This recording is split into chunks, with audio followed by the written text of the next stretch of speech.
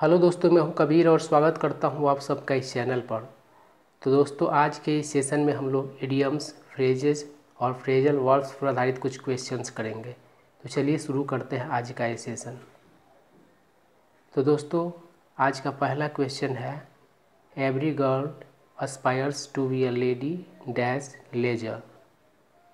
और दोस्तों, इस क्वेश्चन के लिए ऑप्शंस है, पहला ऑप्शन है ऑफ, दूसरा ऑप्शन है विथ, तीसरा ऑप्शन है इन, चौथा ऑप्शन है टू।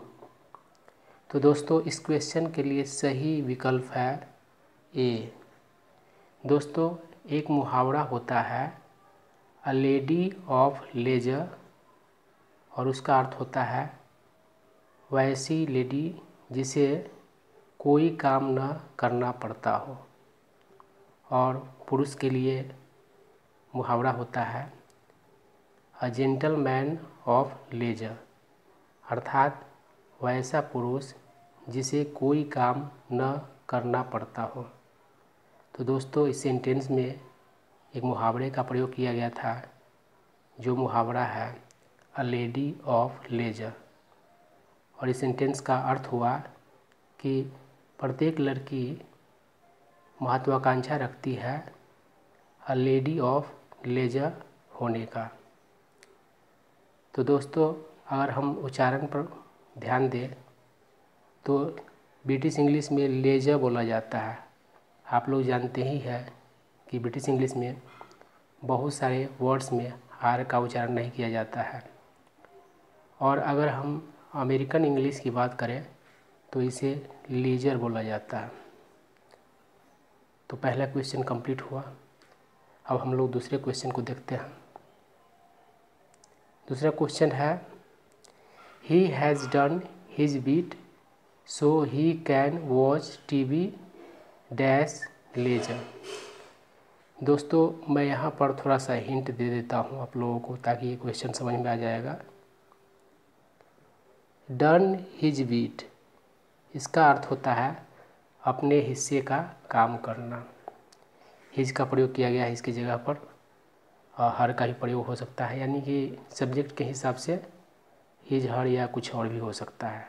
और उसका अर्थ होता है अपने हिस्से का काम करना। तो अब आप लोग इस क्वेश्चन को बनाने का कोशिश करें।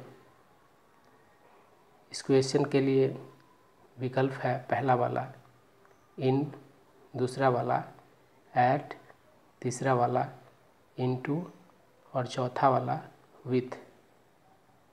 तो दोस्तों, इस क्वेश्चन के लिए सही विकल्प होगा, कौन सा विकल्प होगा सोचिए। इस क्वेश्चन के लिए सही विकल्प होगा बी। दोस्तों, इसमें भी एक इडियम का प्रयोग किया गया था, और वह इडियम होता है एट लेजर। एट लेजर का अर्थ होता है बिना कोई हड़बड़ी के। तो इस सेंटेंस का अर्थ हुआ कि उसने अपने हिस्से का काम कर लिया है, अर्थात वह अपने हिस्से का काम कर चुका है, इसलिए वह टीवी आराम से देख सकता है बिना कोई हड़बड़ी के। अब हम लोग नेक्स्ट क्वेश्चन को देखते हैं। Who did bump dash the watchman.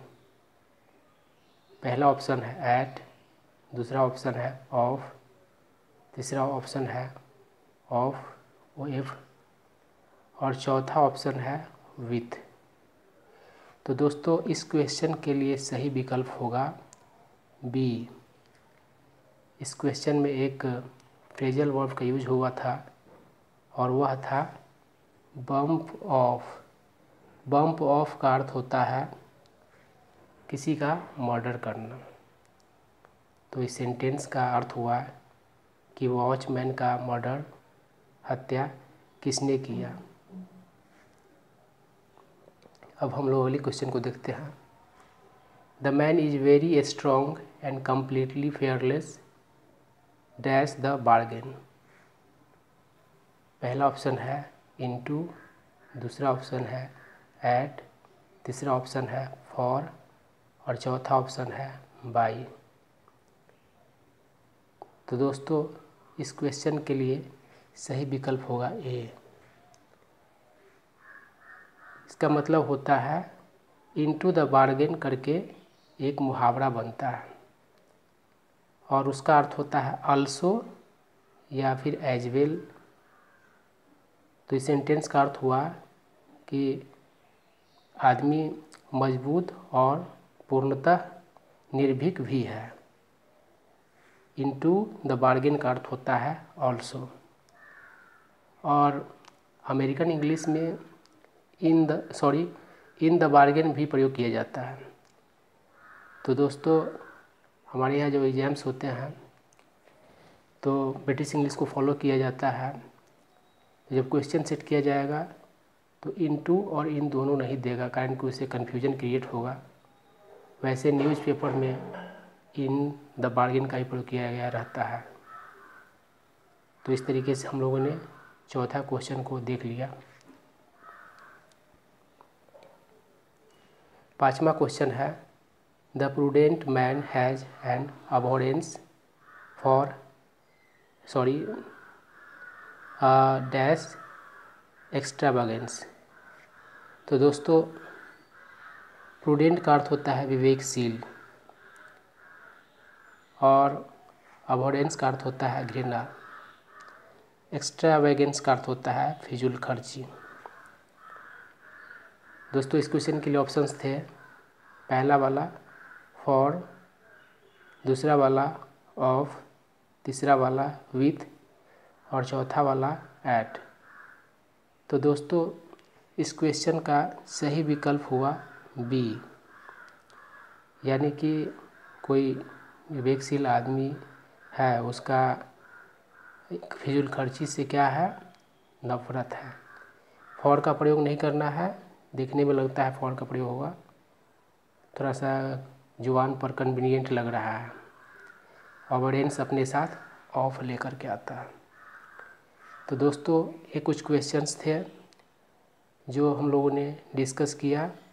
तो दोस्तों अगर आप बैंकिंग, एसएससी या फिर अन्य कॉम्पिटिटिव एग्जाम्स की तैयारी करते हैं या फिर इंग्लिश बोलना सीखना आपका पैशन है तो आप हमारे चैनल को सब्सक्राइब कर लें, इसे अपने फ्रेंड सर्कल में शेयर कर दें।